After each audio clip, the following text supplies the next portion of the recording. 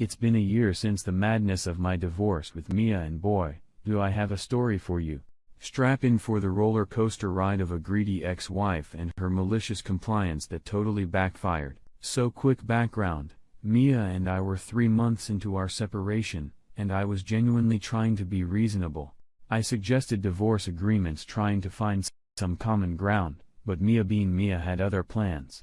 Now I am no stranger to legal documents and knew that a scorched earth policy wasn't the way to go. Living in a no-fault state meant a fair share for both, and alimony was on the table. So I tried to be civil, proposing fair terms, but Mia wasn't having any of it.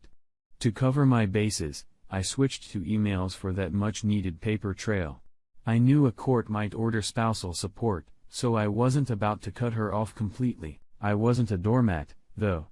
I moved my direct deposit, kept an eye on finances, and continued paying the bills. My final offer was, in my opinion, pretty generous. I suggested splitting the cars with me.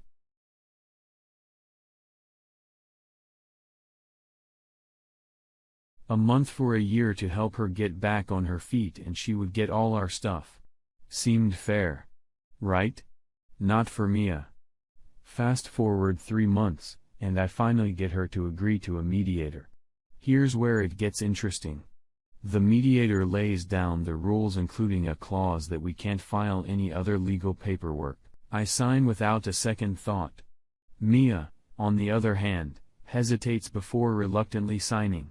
The mediator starts asking basic questions, and every time Mia goes off on a relevant emotional rant, but I stay focused, ignoring her. Theatrics reached the pinnacle of madness when she literally crawled onto the table, trying to force me into her emotional chaos. The mediator had had enough reminding Mia of the rules she'd agreed to. He gave us homework, scheduled the next meeting, and sent us on our way. 2 weeks out from the failed mediation, I get served with a summons to court for a hearing on spousal support. Turns out my ex couldn't resist taking things to the legal battlefield. The claim: Mia insisted she received a whopping $130 from me in 3 months. Seriously, not only was that a flat-out lie, but it also violated the mediator's terms. Fast forward to a conference call with Mia, the mediator, and me. The mediator tells her to withdraw the complaint or no more mediation. Mia, being Mia, adamantly refuses, and the mediator exits stage left, refund checks minus his time and work prepping for the court hearing. I print out 3 months of bank statements highlighting every transaction, over 100 toll bills from her driving through express lanes. Yep. Those two. The grand total $133,000. I couldn't help but think you missed a couple of zeros in your complaint. I also revisit the spousal support rules, realizing she's currently getting 72% of my pay. The court hearing was my chance to set things straight. Armed with a fixed stack of evidence, including an Excel spreadsheet summary, I was ready.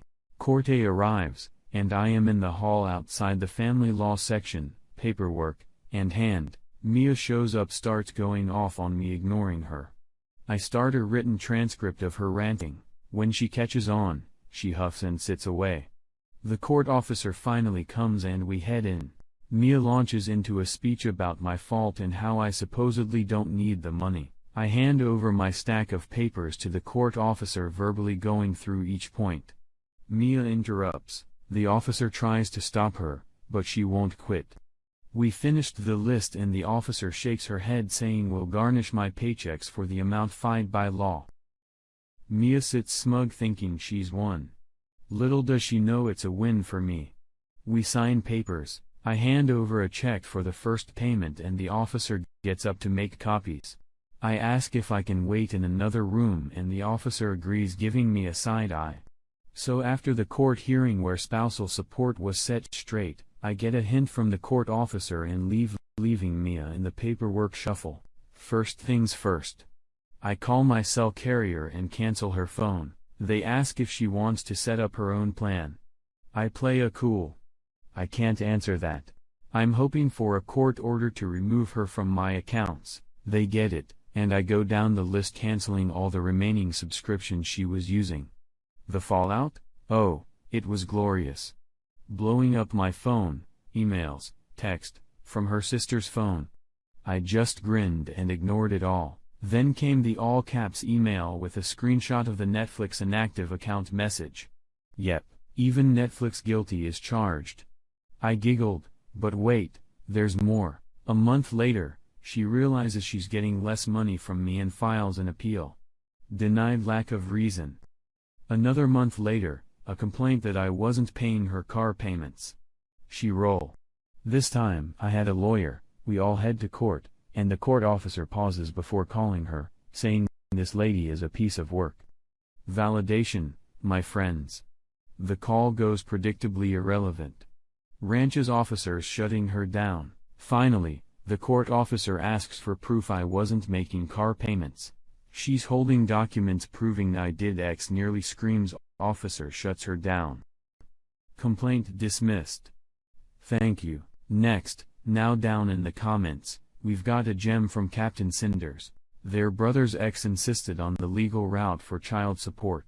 The court determined he was overpaying, and then came the divorce. Brother offers her the house, child support, and remaining cash to set up his new life. Nope. Not good enough. She insists on court, hires a lawyer, and surprisingly, the judge agrees with the sensible and equitable proposal. She gets the house and no cash. Justice.